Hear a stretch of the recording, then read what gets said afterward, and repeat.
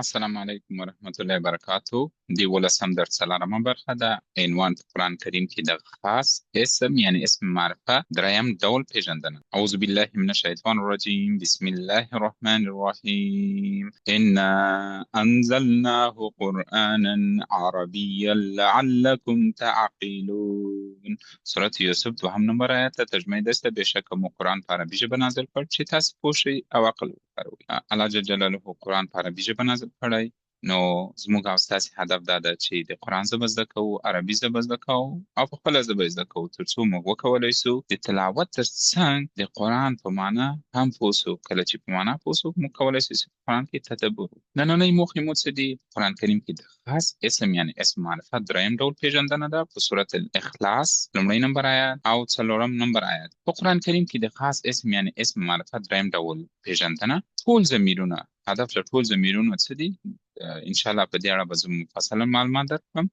دې ته ضمیر منفصل او متصل وایي. نو دونه په یاد ولرئ کله چې له ضمیرونو سره مخامخ سوست، که هغه منفصل یا متصل ضمیرونه وي، هغه ټول خاص اسمونه دي. نو دلته راځم. اعوذ بالله من الشیطان الرجیم. بسم الله الرحمن الرحیم. قل هو الله احد. دا سورة الاخلاص لومړی نمبر آیت ده. ترجمه یې داسې ده: ووایه هغه الله جل جلاله دی، یوازې یو دی. زه اوس دلته څنګه مشخص کړم چې دا هو چې ده؟ ضمیر د راځم دلته دا جدول کې پیدا کوم، هو مې پیدا کړ، هغه ضمیر ده. نو زه دلته مشخص کوم چې دا هو څنګه اسم ده. دلته به دا خاص اسم ده. ولې چې موږ ووایو چې ټول ضمیرونه که هغه منفصل یا متصل ضمیرونه وي، هغه ته موږ خاص اسم وایي. په قرآن کریم کې د خاص اسم دریم ډول پیژندنه چې موږ ویل ټول ضمیرونه د خاص اسم دریم ډول دی. نو دلته راځم سورة الاخلاص څلورم نمبر آیت تلاوت کوم. اعوذ بالله من الشیطان الرجیم. بسم الله الرحمن الرحیم. ولم یکن له کفوا احد. ترجمه یې داسې ده: او هیڅوک د هغه سیال نشته. نو زه دلته څنګه مشخصولی سم؟ دلته خو نه انا سته، نحنو، انت، انتی، انتم، انتن، هو، هیه. دې ته انشاءالله زه په راتلونکي کې جدول جوړوم او په ضمیرو کې به انشاءالله په مفصلا معلومات ترلاسه کړئ. دلته تنه زه غواړم چې مشخص کړم دا هو ویني. دې ته ضمیر متصل وایي. متصل په څه معنا چې وصلي، له کلمې سره وصلي، هغه ته ضمیر متصل وایي.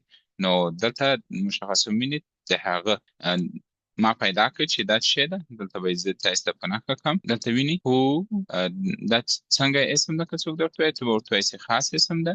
او څنګه ضمیر ده؟ دا ضمیر متصل ورته وایي. انشاءالله په دې اړه به تاسې په راتلونکي درسو کې معلومات ترلاسه. نو موږ وکولی سو چې د خاص اسم دریم ډول په قرآن کې وپېژنو.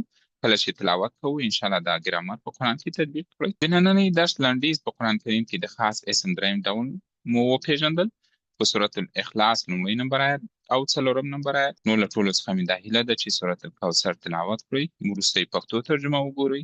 کله چې پښتو ترجمه وکتله، د خاص اسم دریم ډول پکې پیدا کړئ چې موږ ټول ضمیرونه وویل. کله چې پیدا کړه، کولی شئ چې ماته یې کومنټ کې ولیکئ یا له ځان سره په کتابچه کې ولیکئ. نو وروسته انشاءالله په دې اړه مفصلا معلومات درکوم د ضمیرونو په اړه. یادونې زموږ درس د قرآن کریم آیتونو ګرامري تحلیل ده. وخت به له 5 تر 10 دقیقو پورې وي. منبع به قرآن کریم یې وړاندیز خپلې ټولې یادونې او پوښتنې په کومنټ کې راته ولیکئ. نننۍ درس همدلته پای ته ورسېد. تاسو ته ښه وخت غواړم. په دعاو کې مه هېروئ. خدای پامان.